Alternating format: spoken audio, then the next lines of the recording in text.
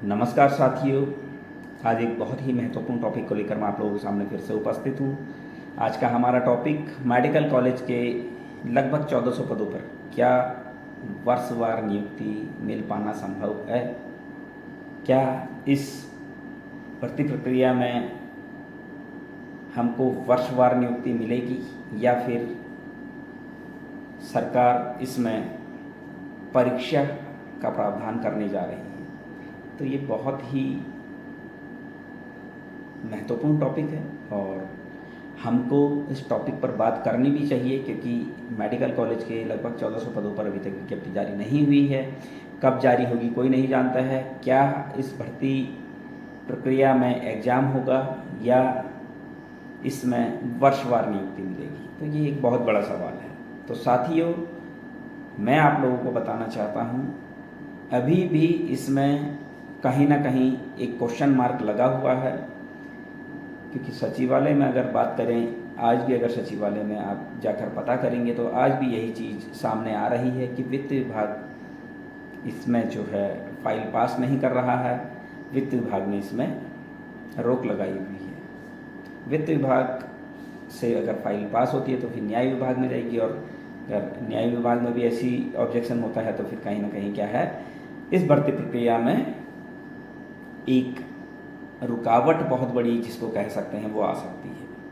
Medical college के 1400 पदों पर वर्षवार नियुक्ति का रास्ता एक तरह से अभी रुका हुआ है, और अगर वर्षवार नियुक्ति, अगर बेरोजगार नर्सेज को वर्षवार नियुक्ति का रास्ता साफ करवाना है तो उसके लिए क्या करना होगा, हमको माननीय उच्च न्यायालय की शरण में जाना होगा, हमको मंत्री जी से मिलना होगा, हमको मुख्यमंत्री जी से मिलना होगा, स्वास्थ्य मंत्री जी से मिलना होगा, और लगातार हर एक वो प्रयास हमको करना होगा जिससे इस भर्ती को जल्द से जल्द वर्षवार नियुक्ति के द्वारा पूरा करवाया जा सके। ये बहुत बड़ा एक सवाल आज खड़ा हो चुका है कि किस प्रक्रिया के द्वारा ये भर्ती होगी, क्या इसमें एग्जाम होगा या फिर इसमें वर्षवार नियुक्ति मिलेगी। तो उत्तराखंड के बेरोजगार नर्सेज के लिए एक बहुत बड़ा सवाल, एक बहुत बड़ा क्वेश्चन मार्क अभी भी खड़ा है कि गवर्नमेंट कैसे इस भर्ती को करवाएगी। हालांकि हाई कोर्ट ने जो नियमावली क्लियर की है, जिस नियमावली में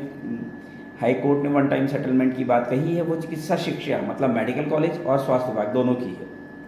अगर हाई कोर्ट की माने तो मेडिकल कॉलेज के पदों को वर्षवार नियुक्ति के द्वारा भरा जाना चाहिए। तो इसके लिए अगर सरकार कहीं ना कहीं अगर ढुलमुल रवैया अपना रही है तो साथियों, मैं आपको एक चीज़ बिल्कुल क्लियर कहना चाहता हूं कि हमको फिर माननीय उच्च न्यायालय की शरण में जाना चाहिए, और माननीय उच्च न्यायालय के आदेशों के आधार पर ही इस भर्ती प्रक्रिया को पूरा करवाया जा सकता है। हमको आज ये स्थिति आ गई है कि हमको माननीय उच्च न्यायालय की शरण में जाने पर मजबूर होना पड़ रहा है, जिस तरह के हालात बन रहे हैं। क्योंकि सचिवालय में अगर लगातार हम पता कर रहे हैं तो उसमें यही पता चल रहा है कि वित्त विभाग ने फाइल रोकी है, और उसके बाद फिर न्याय विभाग में भी जाएगी। न्याय विभाग में भी अगर फाइल रुकती है तो फिर और दिक्कत है। तो हमको इन चीज़ों को ध्यान में रखते हुए माननीय उच्च न्यायालय की शरण में जाना चाहिए, क्योंकि हमारे पास माननीय उच्च न्यायालय का फैसला है। उस फैसले में साफ साफ लिखा गया है, चिकित्सा शिक्षा एवं चिकित्सा स्वास्थ्य अनुभाग 2 जो नियमावली है, उस नियमावली में वन टाइम सेटलमेंट के तहत, वो नियमावली किसकी है, चिकित्सा शिक्षा मतलब मेडिकल कॉलेज, और चिकित्सा स्वास्थ्य मतलब स्वास्थ्य विभाग, दोनों की वो नियमावली है। जब दोनों की वो नियमावली है, आप समझिए, जब दोनों की वो नियमावली है तो सिर्फ स्वास्थ्य विभाग के पदों पर वर्षवार नियुक्ति क्यों, मेडिकल कॉलेज के पदों पर वर्षवार नियुक्ति क्यों नहीं, और क्यों इन पदों को होल्ड किया गया है। ऐसी क्या वजह है। गवर्नमेंट चाहती तो इन पदों को भी वर्षवार नियुक्ति के द्वारा भर सकती थी, फिर क्यों वित्त विभाग क्यों इस तरह से कर रहा है। क्या वित्त विभाग को सही मायने में, क्या वित्त विभाग इन पदों पर रोक लगाना चाहता है। अगर रोक लगाना चाहता है तो स्वास्थ्य विभाग के 1564 पदों पर रोक क्यों नहीं लगाई। वहां पर वित्त विभाग ने क्यों नहीं कहा कि इन पदों को भी वर्षवार नियुक्ति के द्वारा ना भरकर परीक्षा के माध्यम से इन पदों को भरा जाए। अभी अगर वित्त विभाग ऑब्जेक्शन कर रहा है तो हमको सोचना पड़ेगा, समझना पड़ेगा, देखना पड़ेगा कि ऐसी क्या वजह है। स्वास्थ्य विभाग के 1564 पदों पर कैसे परमिशन मिल गई कि वर्षवार नियुक्ति के द्वारा भरे जाएंगे। कोर्ट में तो स्वास्थ्य विभाग और मेडिकल कॉलेज दोनों पदों के लिए कहा है वर्ष वन टाइम सेटलमेंट के तहत वर्षवार नियुक्ति दो, तो फिर सिर्फ स्वास्थ्य विभाग को वित्त विभाग ने कैसे परमिशन दे दी? और अगर उनको दे दी, स्वास्थ्य विभाग के 1564 पदों पर अगर परमिशन दे दी, तो फिर मेडिकल कॉलेज के 1400 पदों पर परमिशन देने में क्यों आनाकानी हो रही है? क्या वजह है? हमें वजह जाननी है, क्योंकि कोई तो रीज़न होगा। रीज़न एटलीस्ट हमको पता तो चले कि इस कारण से वित्त विभाग मेडिकल कॉलेज के पदों को वर्षवार नियुक्ति के द्वारा नहीं भरना चाहता है और इसमें परीक्षा करवाना चाहता है, जबकि हाई कोर्ट से हम केस जीते हुए हैं। ये बहुत बड़ा एक क्वेश्चन मार्क है कि वित्त विभाग आधे पदों पर वर्षवार नियुक्ति के लिए तैयार हो जाता है, बाकी के आधे पदों पर वर्षवार नियुक्ति के लिए वित्त विभाग मना कर देता है और एग्जाम का प्रावधान बताता है। एक बीच में स्टेटमेंट भी आई थी, इसके बाद मैं भी लगातार पता कर रहा हूँ, तो वहाँ से यही पता चल रहा है कि वित्त विभाग ने फाइल रोकी है। तो साथियों, हमको देखना होगा कि वित्त विभाग क्यों इसमें ऑब्जेक्शन कर रहा है, क्या वजह है, और वो वजह स्वास्थ्य विभाग के 1564 पदों पर लागू क्यों नहीं हुई। मेडिकल कॉलेज के पदों पर ही ये इतना बड़ा ऑब्जेक्शन क्यों, जबकि एक साथ इन पदों को भरा जाना था, लेकिन 2 टुकड़ों में ये भर्ती प्रक्रिया 2 टुकड़ों में बढ़ गई। हमें नहीं पता था उस समय कि इस तरह के हालात बन जाएंगे। अगर हमें उस समय ऐसा पता होता तो हम भर्ती प्रक्रिया मेडिकल कॉलेज और स्वास्थ्य विभाग के पदों पर एक साथ करवाने के लिए पुरजोर कोशिश करते। हालांकि मैंने कोशिश की भी, लेकिन मेरा विरोध किया गया उस समय। आज जो लोग उस समय मेरा विरोध कर रहे थे, आज शायद उन लोगों को समझ में आ रहा होगा कि उस समय अगर बबलू का विरोध ना किया जाता, अगर उस समय मेडिकल कॉलेज के 1400 पदों के लिए भी हम आगे आते, तो शायद आज ऐसे दिन नहीं देखने पड़ते। तो साथियों, हमको बहुत सोच समझ कर चीज़ें करनी चाहिए। उस समय का विरोध आज हमारे लिए हमारे गले का जंजाल बन के रह गया है।